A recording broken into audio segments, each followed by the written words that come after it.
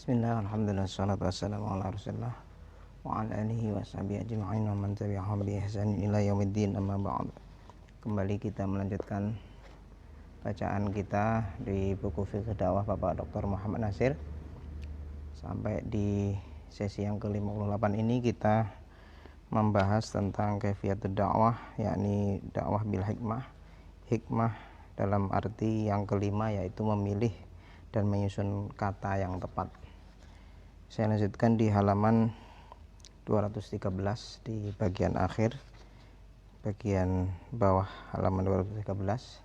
Pak Nasir menuliskan, mari kita dengarkan suara Al-Quran memanggil manusia dengan qaulan sadid. Kadang-kadang dipanggilnya akal dengan logikanya, kadang-kadang kalbu dengan rasanya, di lain kali lomir hati nurani, dan seringkali juga ketiga-tiganya sekaligus, sebagaimana antara lain yang telah kita kemukakan dalam pasal-pasal yang terdahulu. Dalam pada itu, di mana Al-Quran membersihkan akidah, menegakkan tauhid, tidak ada talbis, di mana ia menetapkan hukum halal dan haram, tak ada kompromi, dalam menganjurkan apa yang ma'ruf, jelas dan menarik, di mana ia mencela dan melarang apa yang mungkar, tegas dan tajam. Tetapi dalam segala ketegasan dan ketajaman selalu bersih dari kekasaran, yakni sunyi dari kata-kata yang menjengkelkan hati. Kita ambillah beberapa kuntum ayat Al-Quran sebagai contoh. Kita ambil dahulu dakwah Al-Quran dalam bentuk mau'izah hasanah mengenai minuman keras dan judi.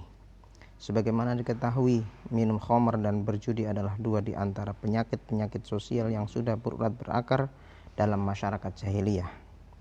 Lebih dahulu turun ayat 219 surat Al-Baqarah. A'udzubillahi minasyaitonir rajim. Yas'alunaka 'anil khamri wal maisir. Yas'alunaka 'anil khamri wal maisir. Qul fihima ithmun kabirun wa manafi'u lin-nasi wa ithmuhuma akbaru min naf'ihima. Wa yas'alunaka madza yunfiquna qulil 'afw. Kadzalika yubayyinullahu lakumul ayat.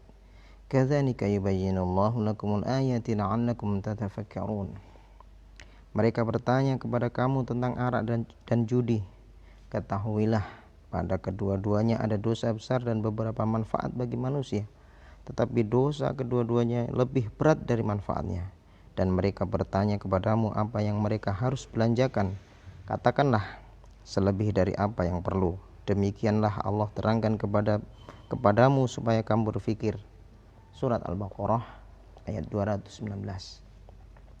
Dijelaskan bahwa pada arak dan judi itu ada mudarat dan ada manfaat bagi manusia, akan tetapi mudaratnya lebih besar dari manfaat. Ayat ini ditutup dengan anjuran supaya kamu berfikir, yakni fikirkanlah apa yang seharusnya kamu perbuat dalam keadaan seperti itu.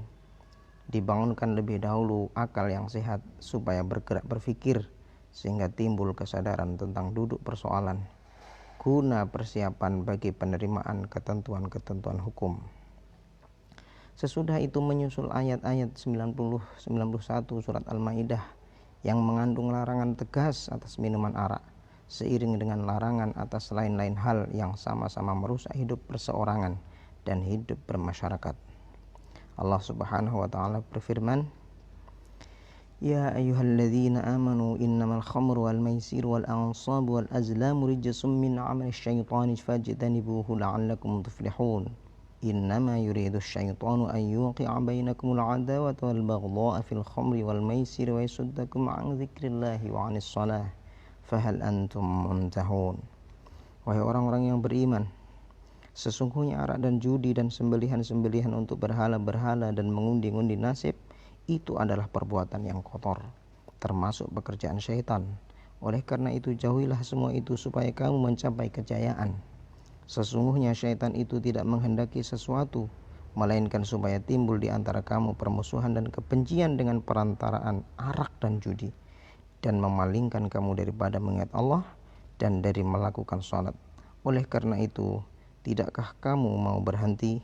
Surat Al-Maidah ayat 90 sampai 91.